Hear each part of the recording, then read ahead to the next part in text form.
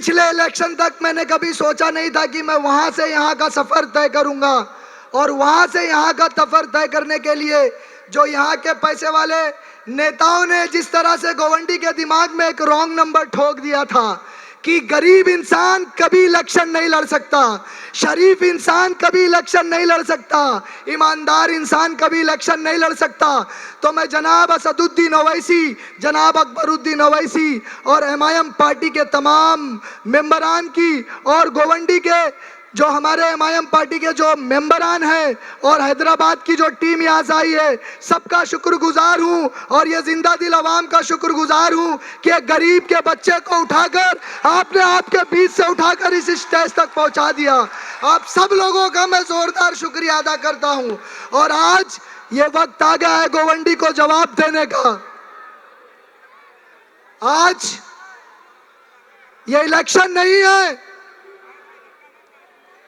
आज ये इलेक्शन नहीं, आज ये गोवंडी की इज्जत और गोवंडी को जो लोग जलील करते हैं कि गोवंडी पैसे लेकर वोट देती है, गोवंडी अपने वोटों को 200-500 रुपए पर बेच देती है। मानकुर शिवाजी नगर असेंबली का वोटर जो है वो बिकाऊ है। आज ये जिंदा दिल जनता बिना पैसों में आई हुई बता रही है कि गोवंडी की जनता बिकाऊ नहीं है, तुम्हारी औकात नहीं है इनके वोटों को खरीदने की। आज ये गोवंडी की जनता कसम खा कर घर से निकली कि एक गरीब, एक हाफिज के बच्चे को उठाकर हम एमएलए बना देंगे, जो हमारा खादिम होगा, हमारा गुलाम होगा, 5 साल के लिए हमारी गुलामी करेगा, ना के अपने आप को एक लग्जरी कार में घूमेगा, उसकी कार की कांच नीचे नहीं उतरेगी और लग्जरी कार से हाथ दिखाते हुए चला जाएगा। लेकिन मानकुर्द असेंबली इस बार अपना एमएलए चुनने जा रही है उस नौजवान को जो आपके बीच में रहता है, जो पैदल चलता है, गली गली को, कूचे कूचे को जानता है, जो आपकी तकलीफों को बखूबी जानता है। आज मैं यहां पर कोई तकरीर नहीं करूंगा, मैं सिर्फ आप लोगों से बात करने के लिए ये आया हूं कि किस तरह से पैसे वाले उम्मीदवारों ने, इन धन्ना सेठों ने गोवंडी के लोगों को, मानकुर शिवाजी नगर असेंबली के लोगों को ठगा है। मैं आपके सामने कुछ डेटा रखना चाहता हूं। चूंकि मेरा ताल्लुक इकोनॉमिक से भी है, मेरा ताल्लुक पॉलिटिकल साइंस से भी है और मैं संविधान पढ़ाने वाला आदमी हूं। डॉक्टर बाबा साहेब अंबेडकर का जो संविधान लिखा गया है, मैंने सिर्फ उसको पढ़ा नहीं है, उसको अपने अमली जिंदगी में लेकर आया है और मैं उसको सिखाता हूं। और उसी संविधान के आर्टिकल 324 ने ये इलेक्शन कमीशन को बनाया ताकि लोग इलेक्शन के जरिए चुनकर आए और राजा बने, राजा का बेटा राजा ना बने। लेकिन यहाँ पर कुछ ऐसे नौजवान नेता हैं, कुछ ऐसे पॉलिटिशियन हैं जो अपनी सीट पर अपनी बेटी को लड़ाते हैं और यहाँ गरीबों को पैसा दिखाकर उनका वोट खरीदने के लिए चले आते हैं। तो इनको जवाब देने के लिए डॉक्टर बाबा साहब अम्बेडकर के दिए हुए संविधान के वास्ते में यहाँ पर खड़ा हूँ। अब मैं आपकी असेंबली के बारे में बता दूं। जो लोग बोलते हैं ना काम बोलता है, मेरी माँ, मेरी बहनों, आपके साथ कितनी ठगी की गई, मेरे भाइयों आपके साथ कितनी ठगी की गई, मैं उसको आपके सामने रखता हूं।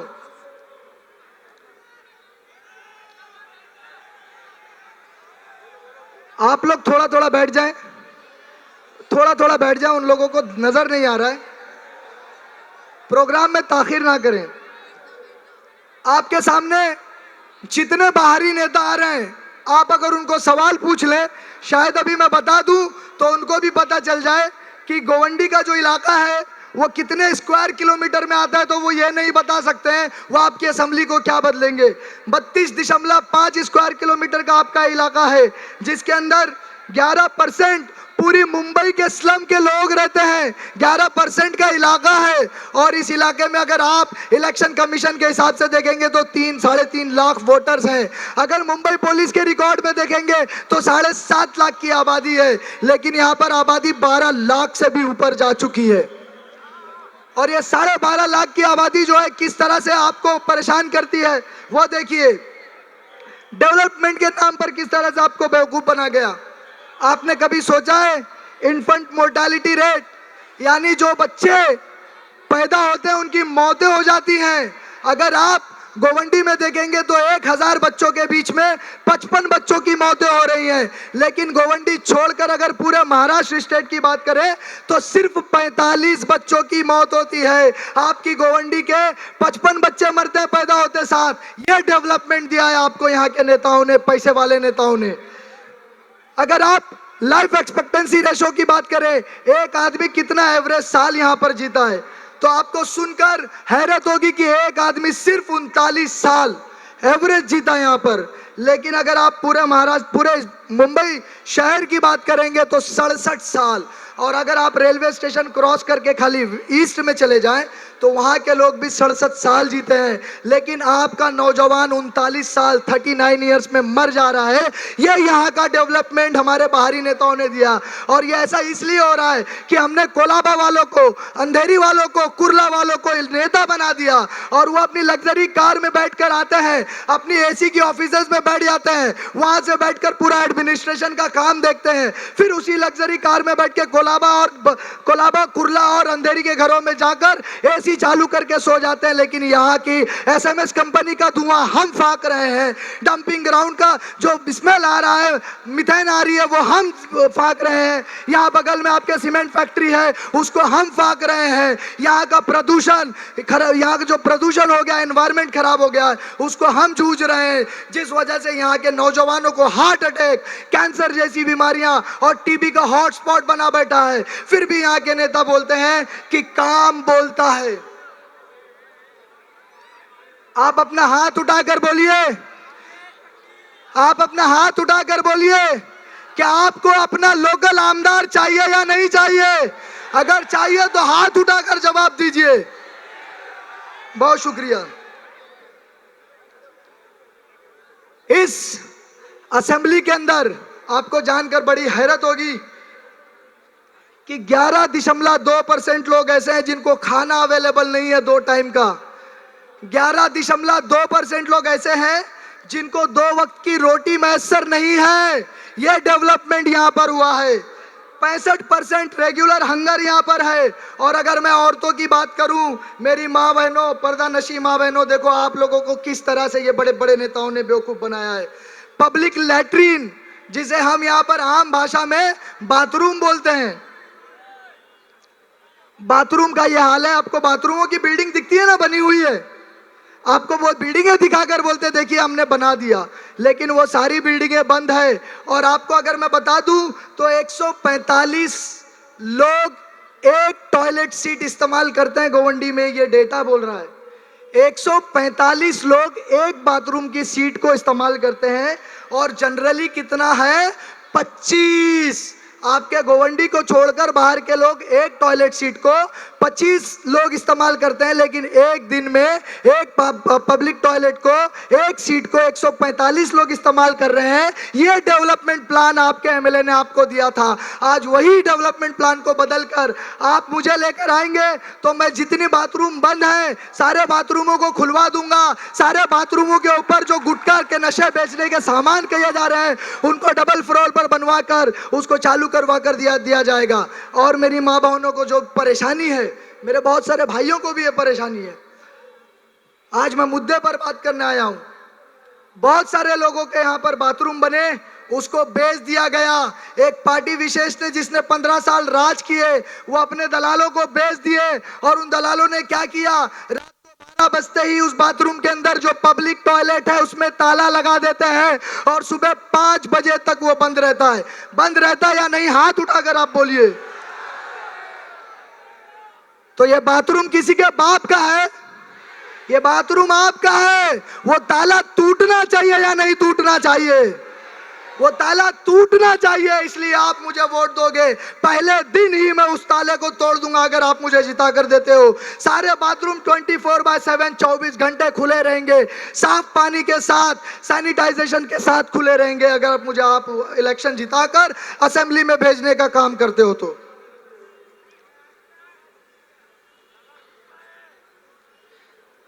अगर मैं अस्पताल की बात करूं, एक बिल्डिंग हमारे यहाँ 7 माले की बिल्डिंग बनी जिसका कॉन्ट्रैक्ट 11 करोड़ में पास हुआ था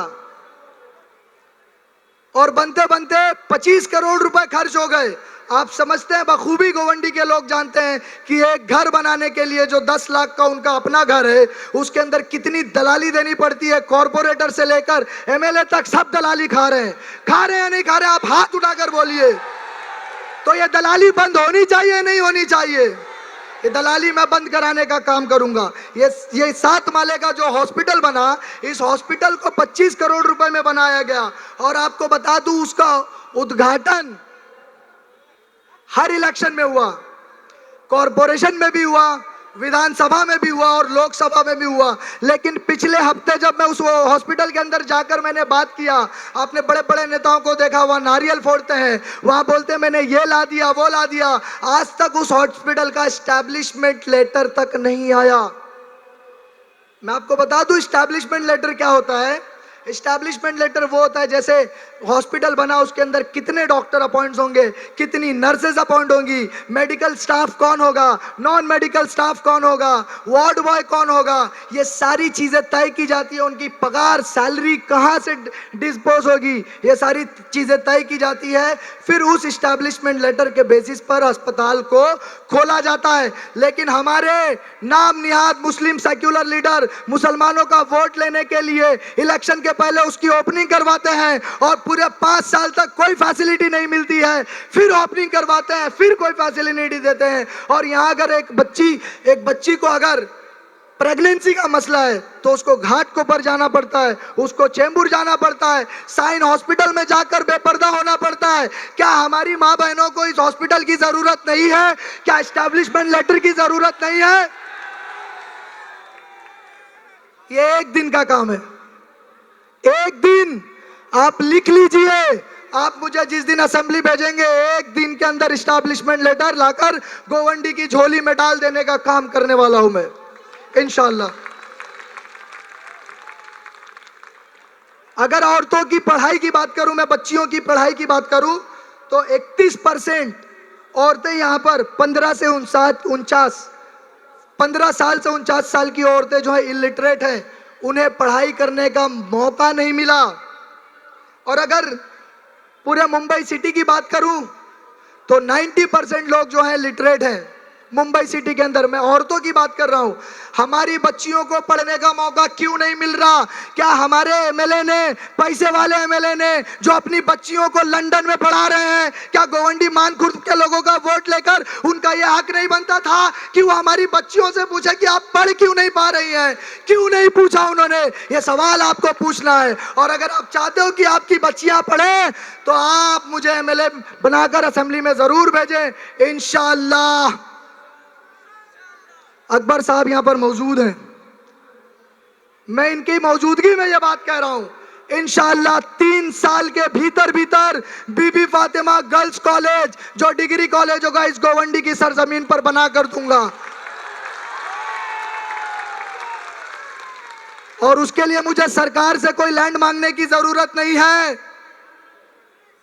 मांगता वो है जो मजबूर होता है। जिन नेताओं के पास 3,85,000 वोटर्स की मत हो, 3,85,000 वोटर का सपोर्ट हो, वो असेंबली के अंदर मांग रहा है और असेंबली के बाहर कहता है मेरी कोई सुनता नहीं है। अरे कोई सुनेगा कैसे? तुझ में वो पावर ही नहीं है कि कोई सुने। अरे एक बार एमआईएम के इन शेरों को देखो, इन शेरों को देखो। हैदराबाद की सरजमीन के ऊपर सरकार को घुटने पर लाने का काम करते हैं। इंशाअल्लाह यहाँ पर भी महाराष्ट्र की सरजमीन के ऊपर अगर एमआईएम के आपने 16 कैंडिडेट जिता कर दिया तो किसी की भी सरकार बने, उसको घुटने पर गिराने का काम करेंगे इंशाअल्लाह।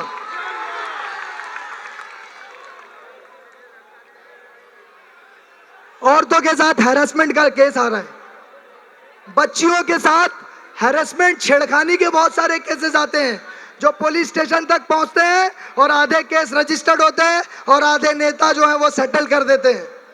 होता है ना मेरी माँ बहनों ऐसा? हाँ, तो नारी अदालत, मानकुर शिवाजी नगर असेंबली में नारी अदालत क्यों नहीं है?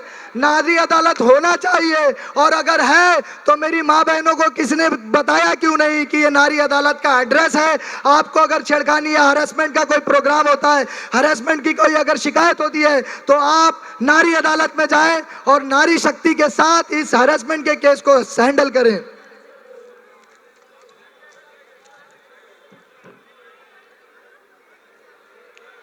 अब मेरे पास ज्यादा वक्त नहीं है, सिर्फ 5 मिनट है, आपका 5 मिनट ले लूं।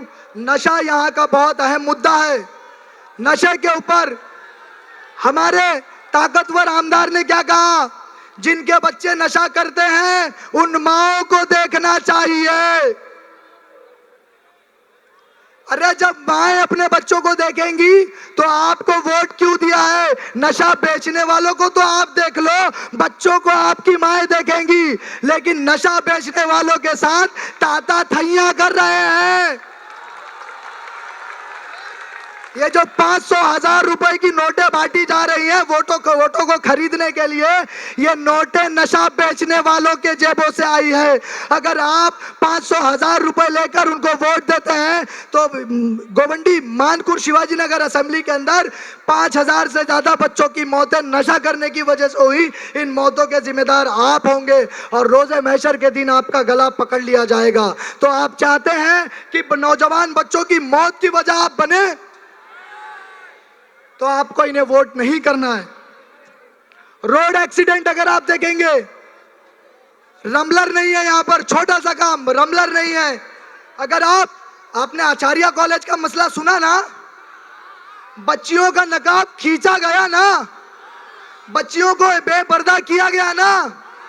आपके ये दोनों एमएलए नवाब मलिक साहब भी और अबू हाशिम आजमी साहब भी इसी असेंबली के थे, बगल की असेंबली के थे, वहां बच्चियां जाती पढ़ने के लिए, दोनों की जबानें नहीं खुली। क्यों?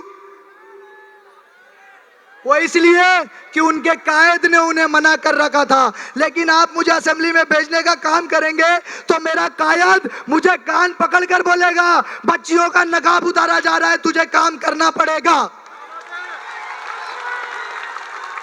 आप गुलाम कायद ना चुने, ऐसा कायद चुने जो आप लोगों के मसलों पर किसी दूसरे की इजाजत लेने की बजाय खुद जुर्रत करे और काम करे।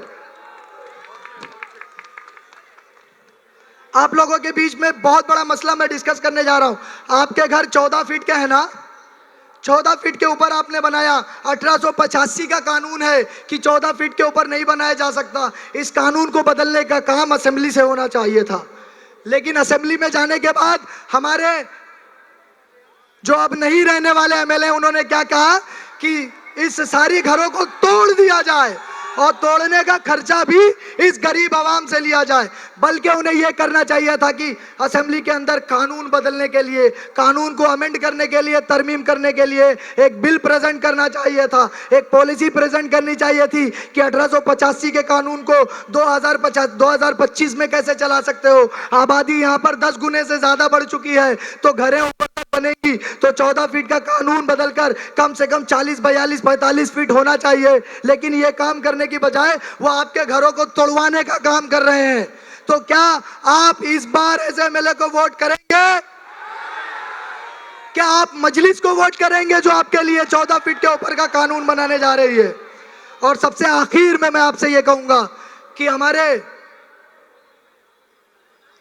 आका नामदार मोहम्मद सल्लल्लाहु ताला अलैहि वसल्लम, जब इनकी शान में गुस्ताखी हुई तो ये बड़े बड़े मुस्लिम लीडर, जो अपने आप को मुस्लिम लीडर कहते हैं, जब इम्तियाज जलील साहब औरंगाबाद से दहाड़ते हुए बंबई की तरफ कूच किए, तो यहाँ गोवंडी मानपुर शिवाजी नगर असेंबली के कम से कम 10,000 बच्चे वहां पर पहुंचे। क्या किसी एक बच्चे को आपके लीडर ने पानी पिलाया? जो नामूज़े रिसालत के नाम पर पानी नहीं पिलाना जानता, नामूज़े रिसालत के पैरोकार उनको वोट दे सकते हैं? इस बार वोट सिर्फ और सिर्फ एमआईएम को करें, मजलिस को करें। और आखिर में मैं अपनी बात यहां पर खत्म करते हुए सिर्फ आपसे एक रिक्वेस्ट करूंगा कि आज आपके बीच में एक गरीब का बच्चा, एक हाफिज का बच्चा, एक एजुकेशनिस्ट जो यहाँ के गरीब बच्चों को यूपीएससी एमपीएससी फ्री में पढ़ाता है, जो यहाँ के बच्चों को इल्म देता है, जिसके पास करोड़ों नहीं है, यहीं के 14 फीट घरों में रहता है, यहीं का पीला पानी पीता है, क्या आप इस गरीब के बच्चे की इज्जत रखेंगे? क्या आप जवाब देंगे कि गोवंडी गरीब को भी इलेक्शन जिताना जानती है?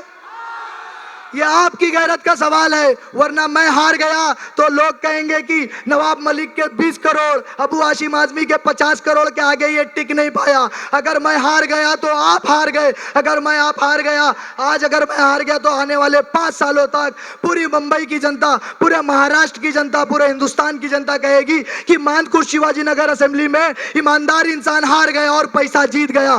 तो आपको यह फैसला करना होगा, किसी ईमानदार इंसान को असेंबली भेजना है या पैसे वालों को भेजना है। किसी ईमानदार इंसान को जो आपका गुलाम बनने के लिए तैयार है उसको असेंबली भेजना है, या किसी पैसे वाले को असेंबली भेजना है जो आपका मालिक बनकर, आपका हाकिम बनकर आपके ऊपर हुक्म चलाए, आपको डराए धमकाए और आपके साथ गुंडागर्दी करे। आप बताइए किसे वोट करना चाहते हैं, पैसे वाले को या गरीब इंसान को?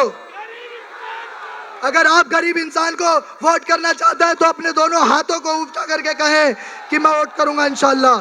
तो आने वाली 20 तारीख को पतंग के निशान पर 6 नंबर का बटन दबाकर आप गोवंडी को जिता दें, गोवंडी के हर नौजवान, हर माँ, हर बहन को जिता दें। मैं आपके बीच से रुखसत लेता हूँ। अस्सलामु अलैकुम वरहमतुल्लाहि वबरकातुहू। जय भीम, जय भीम। डॉक्टर बाबा साहेब अम्बेडकरांचा। अल्लाह हाफिज।